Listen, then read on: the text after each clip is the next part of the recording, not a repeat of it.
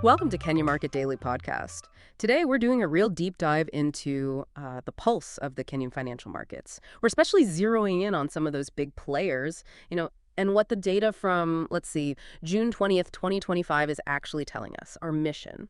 To unpack the Nairobi Stock Exchange's recent performance, look into key companies like Safaricom, KPLC, the major banks, see what their stock recommendations are looking like, and we'll even touch on what's happening globally. The goal, like always, is to give you those key insights, those aha moments, without drowning you in information. Exactly. And what's really fascinating here is we're drawing directly from some very detailed market reports. We're talking the AIB, AXYS, Africa Daily Whispers, the Daily Market Watch, plus specific news highlights. So this foundation, it lets us really connect the dots, between how individual companies are doing and the wider market trends.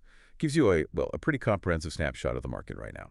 Okay, let's unpack this then. The Nairobi All-Share Index, the NASI, it's been showing some pretty strong bullish signs lately. Now, for anyone new, the NASI is basically, it's a broad indicator for the whole Nairobi Stock Exchange.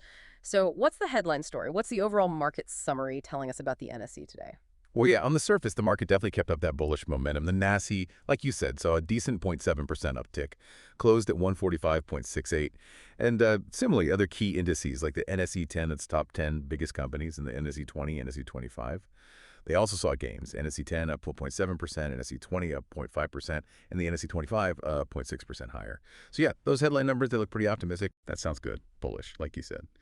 But here's where it gets, really interesting for me and probably for our listeners too. The reports also mention a pretty big drop in trading activity and a shift with foreign investors. If things are bullish, what does it mean when equity turnover tanks by nearly 75%? From over 600 million KES down to about 152 million. And foreign investors suddenly become net sellers. That feels a bit contradictory, doesn't it? What's the aha moment there? Is this maybe like a bull market but without real conviction? Where maybe a few big stocks are hiding some caution underneath? Precisely. No, that's a really critical point you've picked up on there. While the main index numbers look good, that significant drop in trading volume, it suggests a smaller group of investors is actually driving these gains, kind of a narrower market rally. When turnover drops that sharply, it just means less money is actually changing hands overall. And then you add in the foreign investors becoming net sellers, recording net outflows of nearly KES 11 million. That's a huge swing from yesterday's KES 53 million inflows. Wow, yeah. It suggests, a lack of broad participation, maybe not much fresh capital coming in. And yeah, that can be a cautionary sign for how long this bullish momentum can last.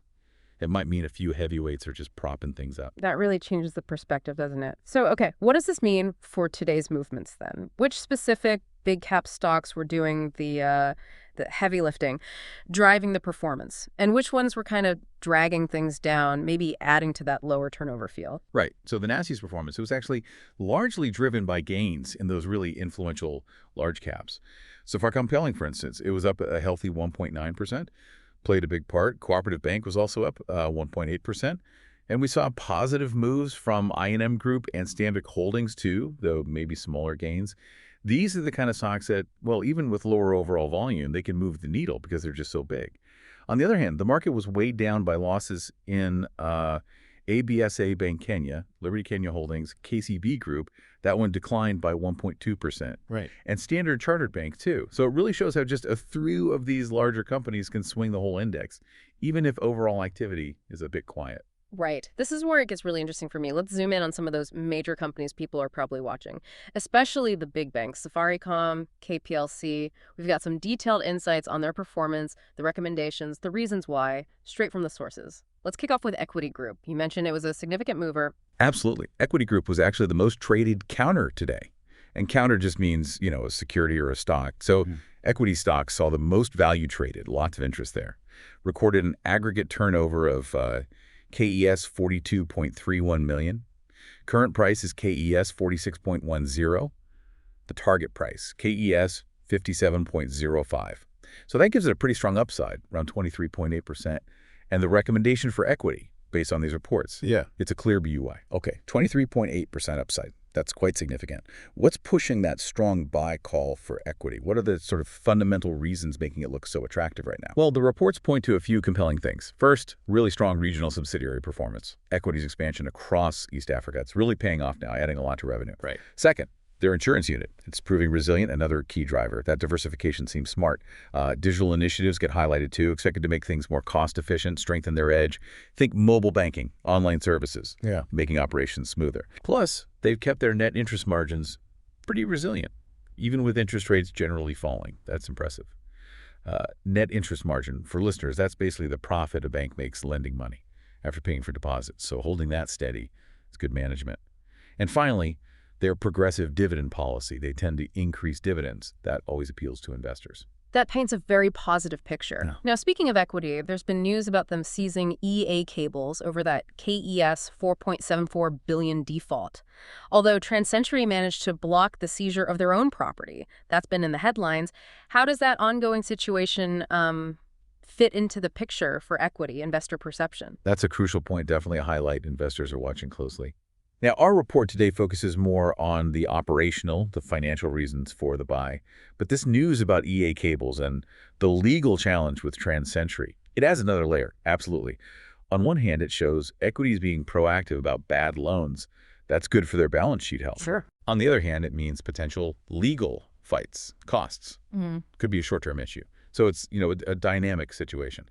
Shows you need to watch more than just the financial reports. Corporate actions, legal stuff matters too. Excellent context. Thank you. Okay, how about cooperative bank? What insights do we have there? Performance, prospects? Co-op Bank also saw a lot of trading activity today. Its current price is KES 16.50, target price KES 18.30. So that indicates about a 10.9% upside. And this one's also a BUI recommendation. The thinking here includes their strong branch expansion plan that's expected to drive more deposits, bigger loan book, more branches, more business, basically. Right. Their solid revenue performance is another key factor. They showed 5.3% year-over-year growth in Q1 2025 net earnings. Pretty good.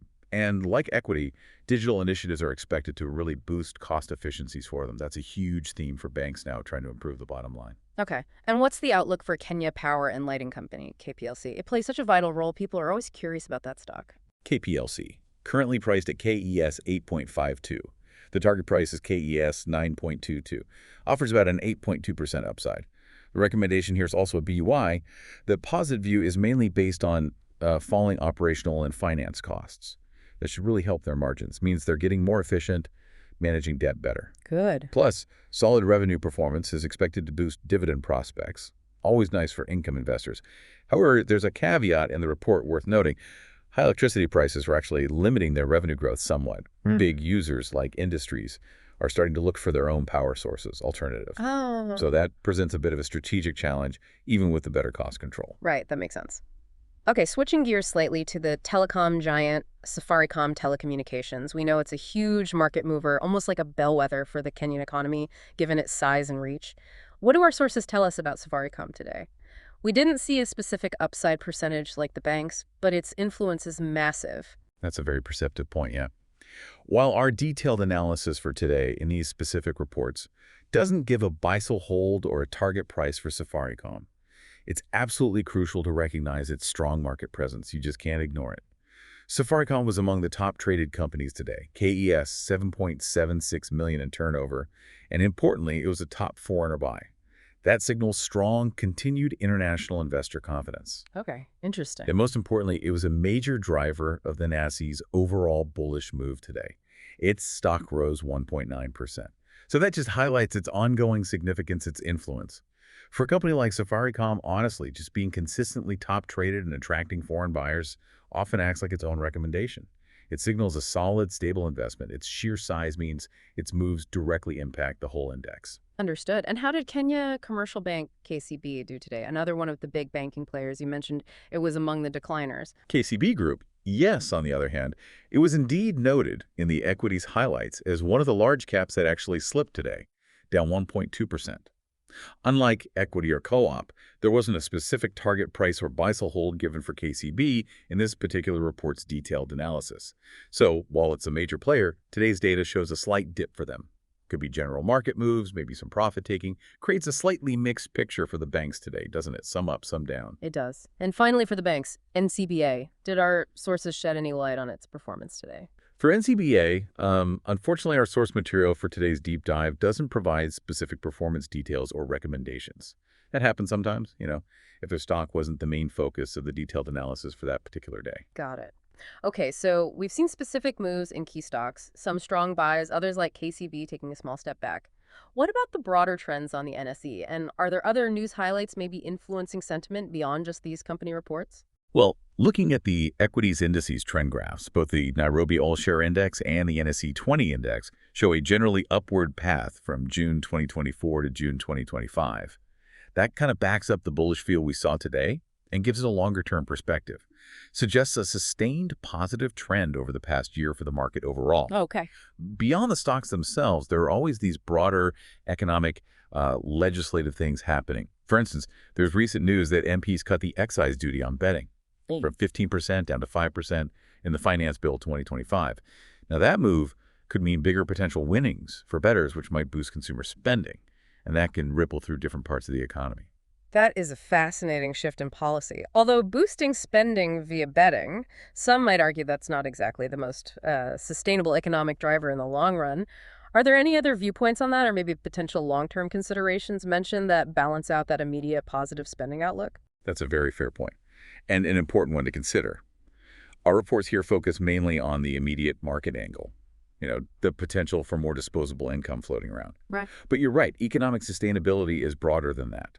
While the short-term effect might be a bump in spending, the long-term impact of relying heavily on sectors like betting for stimulus, well, that's definitely up for debate. The reports don't really get into that deeper socioeconomic critique, but it's a valid perspective for listeners thinking about overall economic health. Right. What about the fixed income side, the bond market? Any other fiscal news affecting the bigger picture? Yeah, in the fixed income space, the Central Bank of Kenya took in Sh71 Billion from a June bond that was way oversubscribed. Oversubscribed meaning investors offered a massive Sh101 billion for Sh50 billion target. Huge demand. Wow. Investors were clearly keen to lock in those nice 12 to 13% returns before interest rates are expected to fall. That shows strong confidence in government debt, maybe a bit of a flight to safety away from stocks, or just chasing good returns while they're there. And on the fiscal side, the National Treasury also cut the roads budget by Sh11.7 billion, said revenue collection was below target. That kind of highlights the government's current financial spot, the revenue challenges, which can indirectly affect market mood, reflects on the broader economy. Oh, and another bit from the capital markets, there's this ongoing dispute where 8 directors at Kakuzi are arguing a probe against them by the regulator was unlawful. It's about alleged conflict of interest. Their challenge of the Capital Markets Authority just highlights the importance of, regulatory stuff and due process for market integrity. Got it. Finally, just as a sideline, it's always useful to quickly glance at the global markets, see how Kenya fits into the bigger picture. What were the key moves out there today?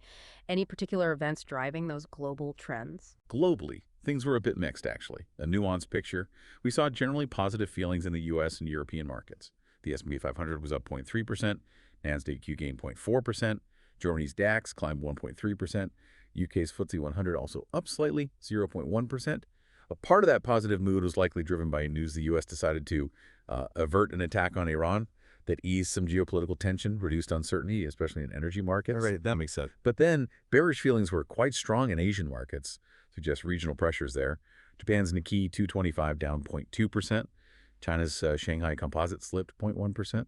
Among the most active global stocks, we saw some big gains, like Oscar Health jumping 16.5%, Advanced Micro Devices up 4.3%, shows strength in specific sectors like health tech, semiconductors. Other actives included names like NVIDIA, Tesla, Apple, Warner Bros., Intel, SoFi. So a pretty dynamic global scene that always has knock-on effects locally. What an incredible deep dive that was into today's market action. We've seen how some of Kenya's biggest companies are doing, the thinking behind their stock recommendations, how the wider market indices are looking, and we got that quick, useful snapshot of the global scene too. So what does this all mean for your next move? Or just your understanding of these really dynamic markets? Maybe think about how these company strengths and weaknesses might play out as things keep evolving, especially considering that, headline bullishness can sometimes hide complexities like lower trading volumes. Yeah, and it really brings up an important question, doesn't it? In a market that's pulled by both company specifics and these big macro shifts like tax changes, government spending, bond demand, How do you balance your long-term investment goals with these short-term market reactions, these nuanced signals we talked about? Continuous learning, staying informed exactly like you're doing now by tuning in, that's absolutely key to navigating it all effectively. Couldn't agree more. And that's all the time we have for this deep dive. If you found this useful, please do make sure to subscribe to the Kenya Market Daily Podcast wherever you get your audio, and follow our channel on all the socials. You'll find the links in the podcast description. Your support really helps us keep bringing you these valuable insights.